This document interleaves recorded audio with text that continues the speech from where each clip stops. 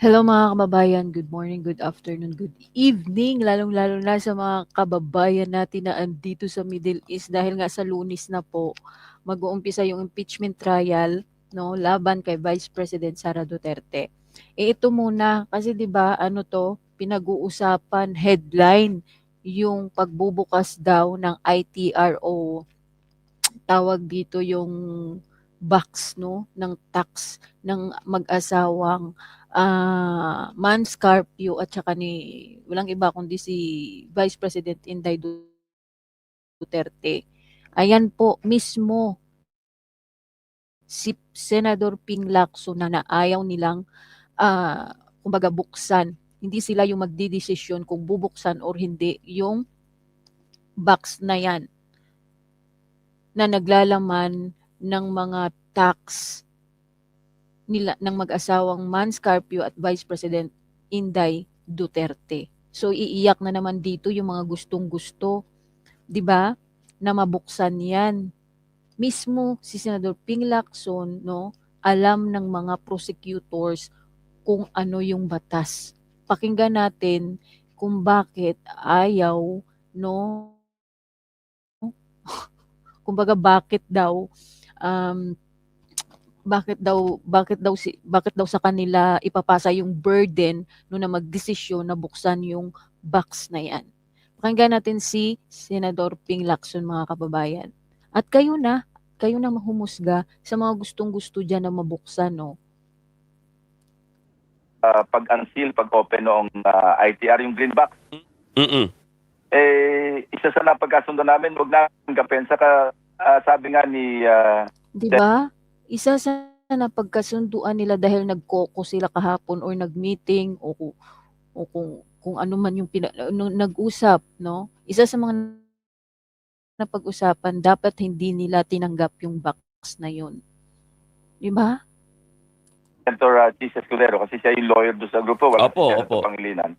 Wala kaming business para magtago ng ebidensya o mag-skip ng ebidensya. Yung ebidensya, ipipresenta yan ng prosecution o kaya ng depensa. Opo. Iniwan sa amin yung box. Ano gagawin namin doon?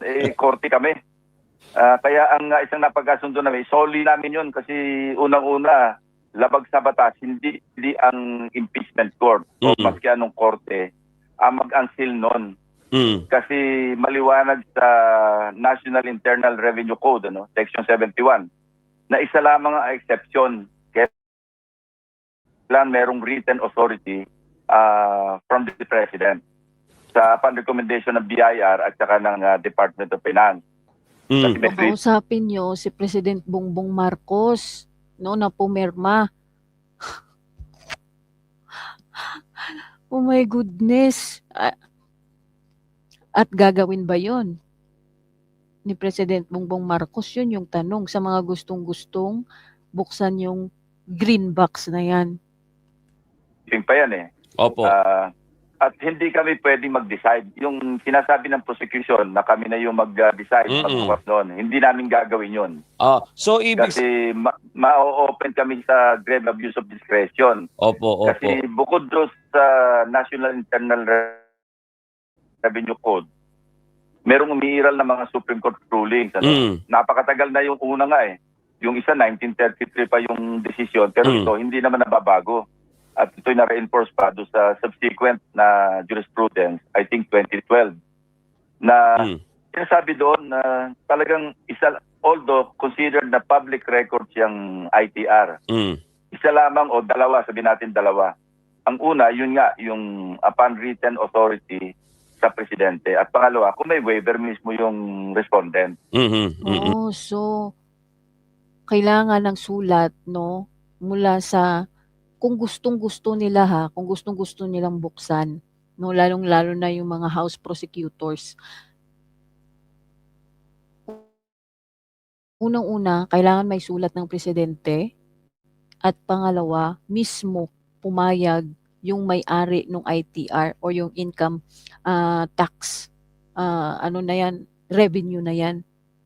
'Di ba?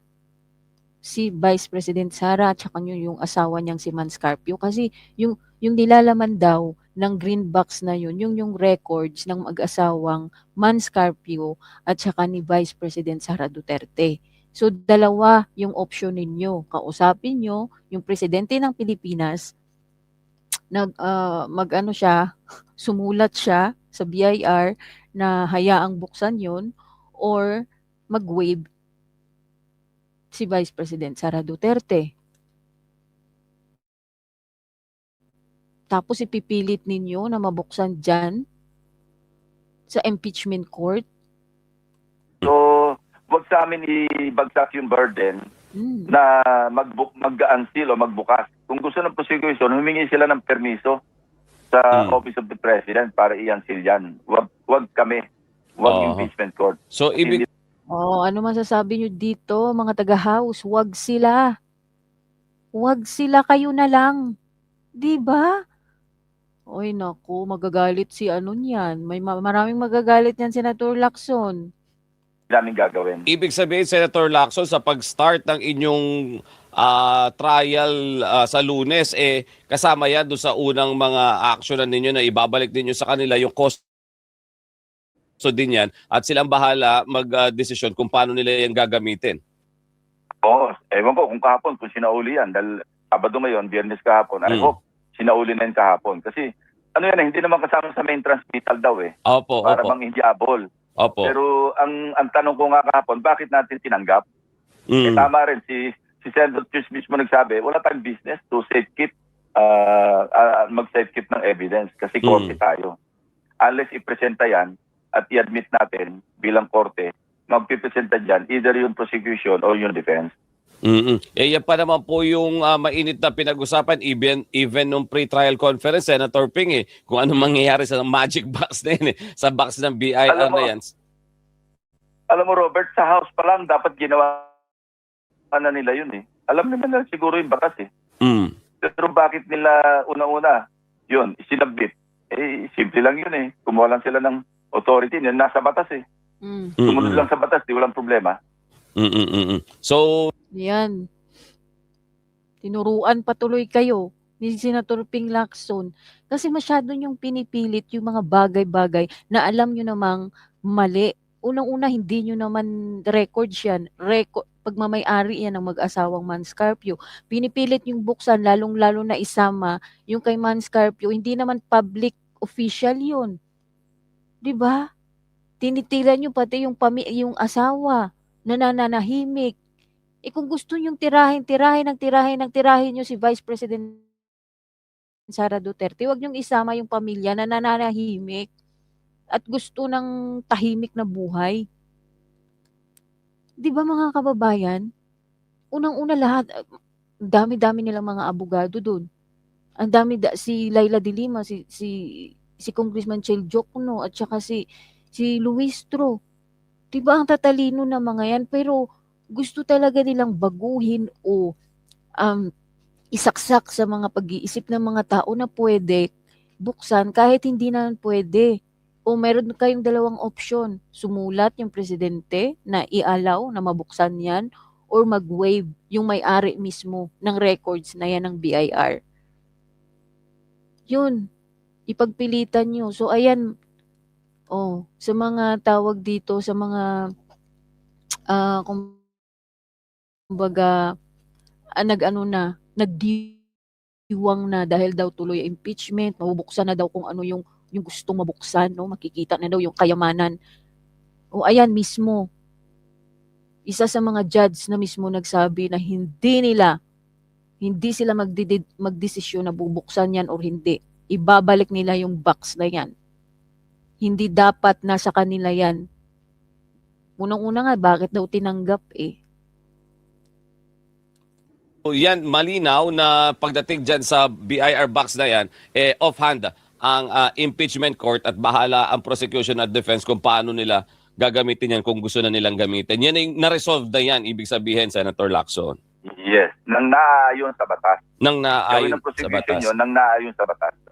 Opo. And then,